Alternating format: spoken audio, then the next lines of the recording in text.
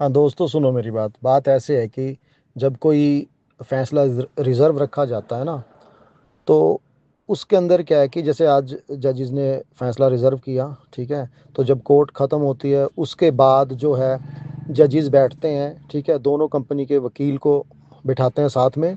और कई बार ये भी होता है कि वो फैसला देने से पहले ऑप्शनली दो जजेस को, अपनी बेंच के दो तीन जजेस को और बिठा लेते हैं। फिर उसके बाद जो रिपोर्ट ईडी ने पेश की है, जो या हमारी कंपनी ने पेश की है, ठीक है, उसके ऊपर चर्चा होती है।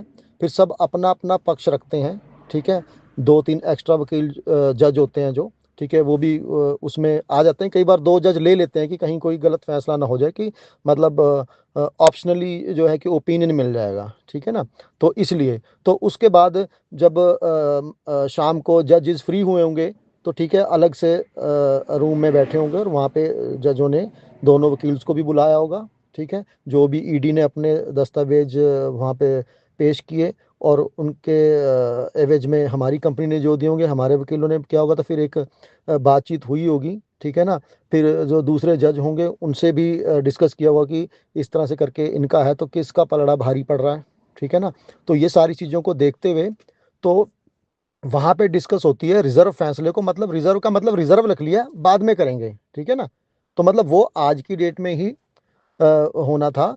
तो उसके बाद क्या होता है कि वो जो भी जजेस मिलके वो जो ऑर्डर बनाते हैं, ठीक है, एक कॉपी होती है। तो वो भी जो उनका पीए होता है या जो टाइप करते हैं, वो चीज़ें सारी उनके पास जाती हैं और जज अपना निकल जाते हैं, ठीक है। तो उसके बाद वो सारी चीज़ें टाइप होती हैं। तो फिर जो जज ने रिजर्व के अंदर होने के बाद जो ऑर्डर किया होता है, तो वो फिर दोनों पार्टीज को वो दे दिया जाता है, ठीक है। मान लो ईडी के वकील को भी दे दिया, हमारे वकील को भी दे दिया, टाइपिंग वगैरह होने के बाद जो ऑर्डर रेडी हुआ, ठीक है।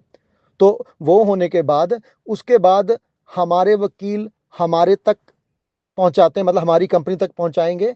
तो उसके बाद ही वो आप तक पहुंचेगा, ठीक है कि नहीं। तो ऐसे नहीं कि वकील सीधा जाके सोशल मीडिया के ऊपर डाल देंगे, ठीक है ना। जिन्होंने वकील हायर किए हैं, जिन्होंने फीस दी है, जैसे हमारी कंपनी है, तो वो सुखी जी को पहले इन्फॉर्म करेंगे कि ये चीज़ आई है। सुखी जी फिर अपने जो बड़ी कोर टीम है उनके साथ करेंगे, तो वहां से होते हुए चीज़ जो है आप तक पहुंचेगी, ठीक है। तो पैनिक ना बनाए, जो भी डिसीजन हुआ होगा, ठीक है ना।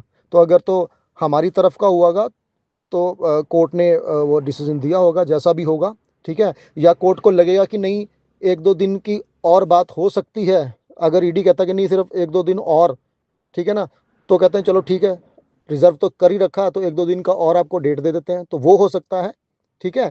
या जो भी रिलैक्सेशन मिली होगी, या आधी फ्रीज खोल देते हैं जी, पार्शियल विड्रॉ जिसे कहते हैं, है ना, या फुल खोलते हैं। तो वो ये सिर्फ मैं बात कर रहा हूँ कि ऐसा हो सकता है, पार्शियल विड्रॉ या फुल विड्रॉ। लेकिन मेरी बातों को आप ये ना समझे कि जो मैं कह रहा हूँ वो सच है। मैं तो एक तरीका बता रहा हूँ कि इस तरह से हो सकता है। हो सकता है कुछ चीजें जज को लगी हो कि नहीं, ईडी के पास कुछ आया तो वो 2 दिन में दे सकता है, ठीक है ना। तो वो 2 दिन ज्यादा से ज्यादा इतना समय मिलेगा, कोई ज्यादा ये नहीं, ठीक है। हो सकता है कुछ गंभीर रिपोर्ट उन्होंने दी हो, तो फिर उसके अकॉर्डिंग फिर डेट थोड़ी सी उस हिसाब से मिलेगी, ठीक है। लेकिन ये भी हो सकता है कि ईडी ने इतना अच्छा कोई जवाब ना दिया हो, जिससे हमारे वकीलों को थोड़ी सी जजों ने राहत दी हो भी, ठीक है, जब तक ये केस चलता रहेगा तब तक आपका ये चीज़ें हैं, ये आप कर सकते हो, ठीक है। लेकिन कोर्ट में केस जो है चलता रहेगा। तो इस तरह से है।